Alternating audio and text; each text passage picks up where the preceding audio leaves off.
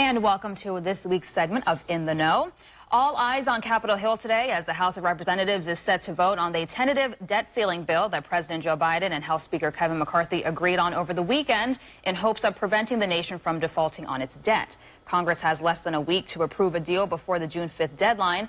And joining us this afternoon to further explain what's going on in Washington regarding the debt ceiling debate is Megan Remmel, an associate professor of political science at Bradley University. Good afternoon, Megan. Hi, thanks for having me. Of course, thanks for being here. So quite a lot to talk about. There's a lot going on in our nation's capital today.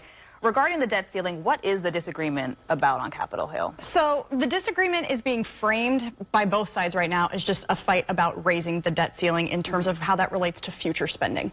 The real fight is actually about paying for things that we've already spent money on. So we've accrued debt, like you've used a credit card. We've accrued debt on stuff that we've already spent this money on. We need to actually pay those bills to those people we got that credit from.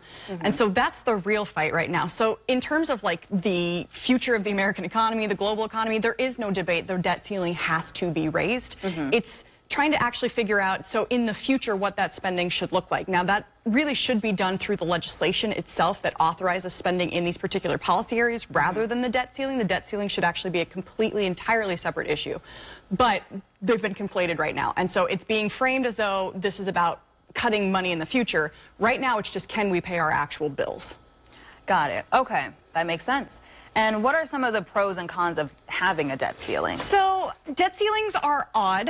In Europe, the kind of comparable countries to us, Denmark is the only other country that has an actual, here's a number that you are allowed to spend. I think it's 2 trillion kroner.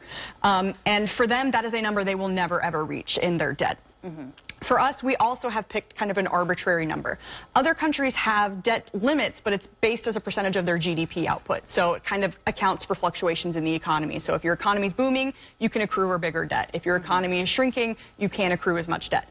And so in the United States, we have this weird arbitrary limit that most of the rest of the world does not use. And so it makes sense that you want to be concerned about how much money you're bringing in versus how much money you're spending, but maybe not having a fixed number would be a better way to go.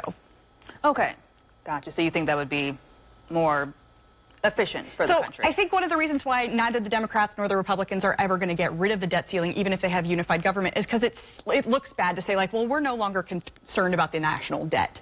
They're concerned about the national debt. They just don't want this restriction on them. But to be the one who actually gets rid of this number is going to look bad in the American public. So I think they don't want this situation either, beyond the fact that it's a really good political tool. Gotcha. Okay. And some Republicans had previously pushed to cut spending instead of raising the debt limit. Is that a feasible and realistic option at this point? No, because this is money we've already spent. So they're talking about cutting spending in the future, but you can't go back and cut the spending that you've already done. So, like I said, these are two separate issues, but the Republicans have been able to make it sound like it's one simultaneous thing. But if they want to cut spending in the future, they can, but they need to handle that when they reauthorize Medicare and Medicaid and Social Security payments. That is the appropriate place to do it, rather than in the bills that you have already accrued. Right. So retroactively cutting spending, that doesn't work. Right. That makes sense. And are there any other options right now any other options other than raising the debt ceiling to address this crisis? So there are some theoretical options. So there's been floated, like, the Treasury should mint a $1 trillion coin, which is wild. There's a provision in the 14th Amendment that actually has to do about paying the national debts and that we will not basically default on a national debt. But the problem is we haven't ever used one of those. And obviously those would immediately go to court. So what happens to the debt ceiling in the meantime would be really, really up for grabs. So in terms of any practical solution, no.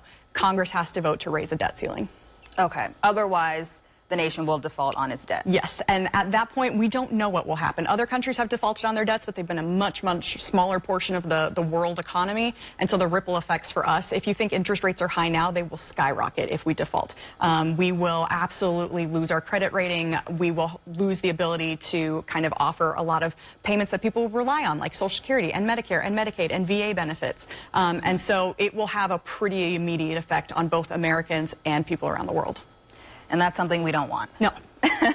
Not in favor of that. No.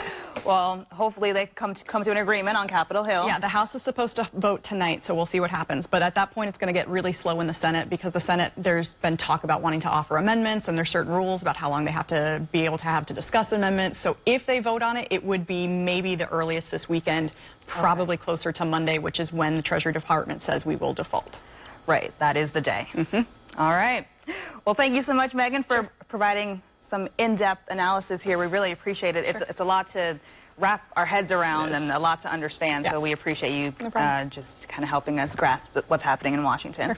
So thank you so much. And of course, we will keep you updated as negotiations continue in Washington. You can stay up to date both on air and online on our website, 25newsnow.com.